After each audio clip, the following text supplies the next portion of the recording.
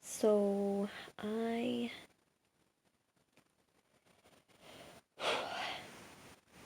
I wanted to do a video, and this is for myself, and it's for anybody who might benefit from hearing my story, and that's about it. There are some things I want to talk about, and there are some things that I might touch on later. Like, I might be kind of general, but if you know me, it's gonna go places. So, I really just wanted to take some time to just reflect on myself, because that's mostly what this is for, because I realized that not just recently, but in my life for quite some time now, I don't reflect on myself anymore like I used to. At all. Not even a little bit. And I realized that I missed it. I missed talking to myself. And that sounds dumb, right? Because why do you need to talk to yourself? Don't you talk to yourself in your brain all the time? And yes, I do. And this kind of discussion, though, is different than what I used to have, right? Because lately it's been just don't think that thought, or don't do that thing, or work, or people in life causing you drama, or, just, it's been a lot of that stuff. It hasn't been, Diana, who are you as a person? What have you learned recently? What do you want to learn? What are you reflecting on that you might need to see in a different way? And those kind of things I have not done for a very long time. And I feel like I should share this because I really feel like people need to have a discussion and talk with their inner voice a lot more than they do. And I feel like a lot of people might not have any idea what I'm even talking about. Like, what do you mean talk to your inner voice? You know? And if it's not for you, it's not for you. You can just ignore me. I don't care, that's fine.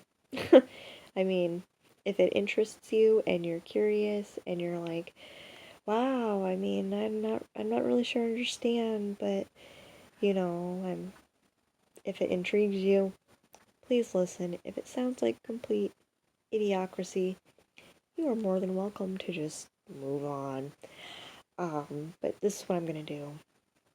So, I have been journaling a lot at night before I go to bed. I'm sure people who know me know this. I do not like to wake up early in the morning, so journaling when I first wake up is a no-go. Okay. Um, I have, though, started to journal just my dreams in the morning when I wake up, if I happen to remember, which I've gotten in the bad habit of not remembering for some reason, but it comes and goes. So, I have been getting in the habit of journaling a lot more. And that has kind of led me into kind of this genre thing right now. So, we're just gonna go with the flow. We're gonna talk. We're gonna have a one-sided discussion. We're gonna hear Diana's internal thoughts. If you decide you have questions, or you pull me out on The Office, or wherever you see me at, and you're like, Diana, I have this thing I want to talk about, and I know you're not going to judge me, please tell me. Please come talk to me. Because I really like having legit, deep discussions about life in general and who we are and who you are as a person and goals and what everyone wants to accomplish in life. I am all about those kind of discussions, right? And there is nothing that is beyond limits to me. And there's some things I'd probably rather not know, but I think we all know what that is. But anyway, if it is something that you feel you need to share, or you just need to get off your chest, or, you just, I don't care. I don't care what the reason is. If you have a reason, and you don't have anyone else to talk to yourself. If you don't know how to talk to yourself, you're more than welcome to talk to me. And I might even help you know how to talk to yourself, right? So, because honestly, you are your best mentor, right? I mean, you are. You know exactly what you're thinking. You know exactly what you want to do. You know exactly what you struggle with. Um, some of us don't realize that, and we have other people help us with that. That's fine. Most of us, though, have at least a small idea of where our struggles are, and it's just around the board, or around. In short, it's just good to talk to yourself. So that's what I've decided I'm going to start doing, and I guess I might go ahead and share these with you guys to see if it is beneficial for you. If not, not a big deal. If so, that's wonderful. That's great. Then we'll continue. The first thing I wanted to remind myself of is who I used to be, right? And this is a loaded sentence, right? Because there's a lot of time points in who I used to be. So when I make that statement, what point in time am I talking about? Well, for this particular period in time, I'm actually talking about when I was a small child, right? Because I remember when I was a small child, I talked to myself all the time. And the instant thought we think of when you talk to yourself is, well, crazy people talk to themselves, right? You know what? I am crazy. I don't care. And and if it benefits me from doing this, then I don't see anything wrong with it. And all it really does is bring you closer to yourself and a better understanding with yourself. And I really don't see anything wrong with talking to yourself. And so when I say, as a kid, I used to talk to myself, I mean that legitimately. It would be very similar to this, except maybe not nearly as vocal. But I would talk to myself all the time. And you might think, well, what brought this about? Or I would think to myself, why when I was a kid did I have all of these internal dialogues just constantly? Why was this a thing? Like, why did I relish my alone time so much? And I think there's a number of reasons for it. I feel that when I was a kid, I really understood myself better. And I say that because there were times when I had to be alone and I didn't have a choice, right? I had a sister, right? And I had a dad and a mom, and all the people in your family that you're supposed to spend time with. And I remember a lot of time, even though those people were in my life, I remember spending a lot of time by myself. And there's a number of different reasons for that. And not all of these reasons are bad, right? They just are what they are, okay? So my dad would be at work, and my sister would be home, usually with me, and she would be watching TV, right? And again, nothing bad, it just is what it is, what she liked to do. And my sister and dad would be watching TV together. And I would try and convince one of them to like play with me or hang out with me or, anything I could think of to convince them to leave the TV. And I would often lose that battle. They would just sit there and watch TV and I would go do something else, right? Because I'm not a TV person. And I didn't find quality time together in sitting down and watching TV. It's just, it was never, what I was okay with doing. And that's fine. That's what they wanted to do. And so there was that. So again, they would be present, but not really. And then I specifically remember my mom working a lot. And when she was home, I remember being able to spend lots of time with her. But I also remember her not being home a lot and already understanding that she had to be at that job. And I never really held it against her that she was at work, but I did understand why she had to be at work. And so those were kind of like the, I guess you could say, life scenarios of why I had to physically be alone sometimes. However, what I was trying to get into was why I appreciated it so much. Like, obviously I still didn't like it every now and then. In fact, when I got older, I used to think there was something wrong with me because I was alone so often. And then that's where it became a problem, which wasn't right or wrong. But I do remember parts that I really liked about being a kid were the parts and times when I was alone, because I would think of the most craziest things ever, right? And I was super creative and I would just write, and draw, and just, that would be all I would do.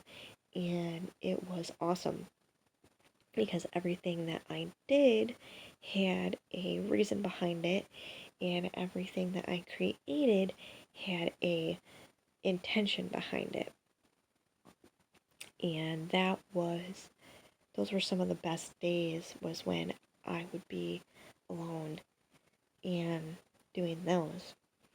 And I cannot think of a single time where I created without checking in with myself first. So what I mean by that is I have never had a moment in my life where I just created without first having a discussion with myself on who I was, how I was doing, what my goals were, and what the world around me, what effect the world around me had on myself internally and externally. There was never a single time in my life where those two things did not correlate. So after saying that, I have noticed that, people always say, I'm going to go on a little tangent here, people always say, like, oh, the creative person has to be in a state of complete turmoil in order to create.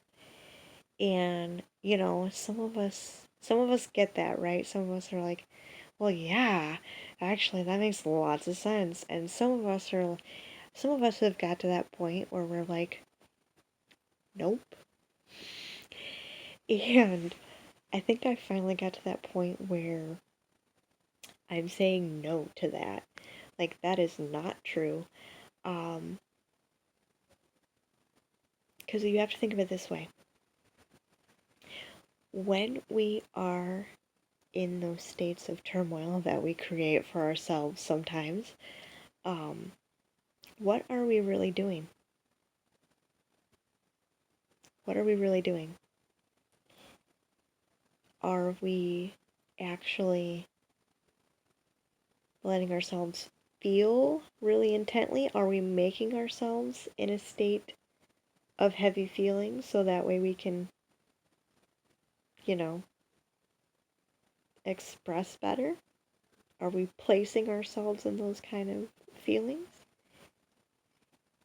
Yes. Yeah, we generally are. Is it easier to go to a known place of high emotion on a consistent basis than to learn a new way of doing it? Yes. It is much easier to remember the hurt, build more hurt, and stay in the hurt than it is to discover the new way of doing it. And that has taken me some time to learn. And it has also taken me time in my life to learn that those feelings, which I thought were giving me the creativity and the insight into myself and to my life, I thought they were all correlated together and that was really who I was. And it's only half right? Because the creative part of me and the internal dialogue inside of me is me, right? But the feeling that I choose to project is not always me. You are not the feelings that are directly correlated to you. Feelings are things that happen to you or you allow to happen. They are not you, right? So when people say, oh, that's just my personality, or oh, I'm just a melancholy, sad person, or oh, I'm just the kind of person that enjoys being sad, that is bullshit. Okay. And I say that with love because I used to be there, right? Because I used to tell myself that artistic people are just artistic people and they live in sadness because it's just what people tell you, right? I mean, they do. They do. And people always tell you, oh, it's okay to feel that way. Oh, it's fine. And, you can, it's just who you are and people should accept that. And, you know, it's, and I'm not saying these people are wrong because they're not, right? So you should definitely accept how you feel to the fullest extent. You should definitely let yourself feel it. You should definitely let yourself be in it 100%. But there is a point in time where you move on. Okay? And I'm not saying it's easy to move on. And I'm not saying that you might know how to move on. But you need to. Okay? Somehow inside, you tell yourself it's time to move on. And you just do it. Okay? And that was probably one of the hardest lessons for me to learn was that, yeah, I'm artistic, yeah, I've been by myself a lot, and yeah, I spent a lot of time alone, and yeah, I got lonely, and yeah, I was depressed, and I've been depressed multiple times, and, life happens to me, and I let these things eat at me, and, I mean, and I'm not the only one, right? Okay, I know that, right? We've all been there at some point. Some of us are still there. Some of us don't know how to leave there. Some of us don't know how to close that door and say, okay, I'm done. I acknowledged it. Now I'm done with it. You know? And I don't, it's really hard to explain. It's really hard to describe. And really, you only understand what I'm talking about until you've done it. And that's the hard part. Because the only thing I can say is you just do it. You mentally tell yourself you're going to do it. Any thoughts otherwise, you rip out of your head and throw on the floor. Okay? You just do. You just go, I'm not going to think about that. I'm going to take it out. I'm going to remove it and get rid of it. And I'm going to replace it with this. Okay? So when you say, oh, I'm sad, I'm depressed, I have this horrible thing happening to me, sometimes you really do need to change your life physically in order to help yourself get over that, okay? So if you're in a spot in your life and you're just like, man, I know it's not just me in this situation. There are people in my life, there are things occurring in my life, there are, like my situation, like my dwelling place, like my physical um my physical dwelling is not where I'm in a place where I can manage to do that right now. And there are literally moments in your life where you have to physically get up and leave so that you're able to work on the part where you remove it from you. And that's I mean, right? You know what you need to do, right? There's no doubt. There's no doubt until you place the doubt. You know exactly what you need to do until you start telling yourself that you doubt yourself. And that's when you start going into the cycle of, well, I don't know. Yes, you do. You just want to fight it for some reason. And that reason's different for everybody. Um, it's different for everybody. But I went on a little tangent there, obviously. But I really wanted to get on this notion of personality, right? Because like I said earlier, you get to this part where people are like, oh, it's okay to just be yourself. And then the feelings that you constantly carry with you day to day, they tell you that it's part of yourself, or you tell yourself that it's part of yourself, and it's not, right? Feelings are expressions of what is going on internally, right? So if you are beating up on yourself, I know a lot of people that do that, right? I've done that. I'm a lot better about that now. I'm like so better about that now. It's not even, I can't even imagine going back to beating myself up. Like, you need to get to that place. You need to love yourself first, and then the rest of life falls in place, okay? But again, we're at that place sometimes where people tell us, your feelings are yourself, and it's okay to be, this way forever. And that's not the case. It's not okay to be the same emotion forever. And certainly someone who, dwells on negative feelings, or even any feeling really, for so long in their life. It's like I was dealing with this up until, I don't know, I was 24. This was my life. I thought I was just a melancholy person who, didn't really, who was on like just a different wavelength from everybody else. I still feel like I'm on a different wavelength from everybody else, but at least I'm on a positive one, But I used to, yeah, I used to just say, this is me. I'm just a sad person, and it's why I'm a creative person. I'm creative because I'm sad, and that's not how it works. So if people are telling you, oh, it's your personality, or you're even telling yourself, it's just my personality, um, if as long as that feeling or that personality is allowing you to really love yourself 100%, you can disregard what I just said. If, however, it's fostering ugly aspects that you don't like, then it's not you, right?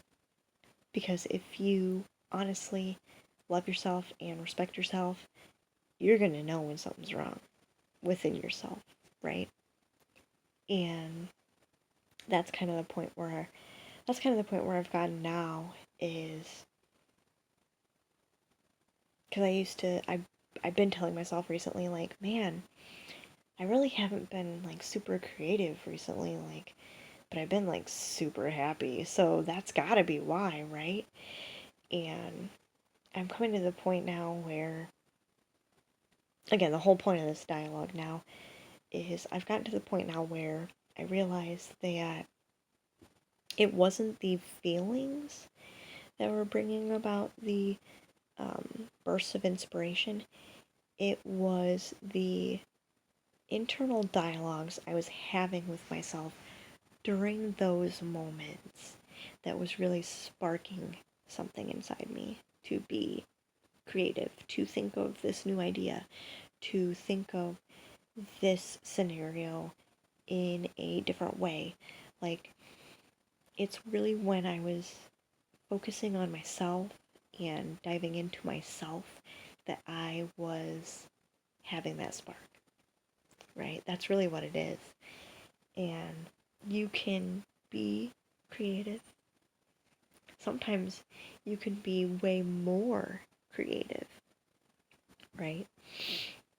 As long as you are focused on you and your internal voice. So that is mostly what I've been working on here recently, and I have learned that the more I talk to myself, the better I feel just in general. Like, even, and I'm not saying like talk to yourself like in a negative fashion, like you can't do anything right or anything like that. I'm saying like you build yourself up. You are looking internally for guidance. You are appreciating you just how you are, right? I'm saying that you are recognizing your full potential. And that in itself is like enough inspiration to like fuel everything, right? So that's basically why I am starting this. I would say that if anyone's got something on their chest they need to get out, or they really want to try this and they really want to feel like they understand themselves better, they want to understand how much power they have over themselves a little bit better, I would definitely just try talking to yourself. Just go to a quiet place. Don't bring your phone. Don't bring a book. Don't don't don't bring anything. Don't bring a pet. Don't bring anything with you. Just sit down in the quiet. You can close your eyes, you can leave them open. I don't care how you do it. But just tell yourself how awesome you are. Right? And if you can't manage to do that, ask yourself why you can't do that. And then forgive yourself. Right? And then after you do that, you will be set. Okay, sounds super easy because it is super easy. The hard part is believing it and forgiving yourself. Those are the hard parts, right? So hopefully, hopefully that helps. It's helped me. I plan to continue to do it because there's nobody else in the world, right, who's in your corner more than yourself. At least, I mean, it's true. Who wants more great things to happen to you in your life other than you? You? I mean, yeah, your grandma, your grandpa, your mom, your dad, well, hopefully, you know, I mean, there are other people who want good things for you, but really, the person who wants the most greatest thing for you is yourself. If you learn to love yourself, which we all do, we all just beat each other up and ourselves up too much. So stop it. Seriously, stop it. Or it'll make me mad. You don't want me to get mad. See? That's the mad eyebrow. Don't do it. Don't do it. Alright, so I'm gonna wrap this up. I'm gonna talk to myself some more. I might let you join in, but to even get started on this journey, or even to maybe even comprehend what it is I am trying to get across,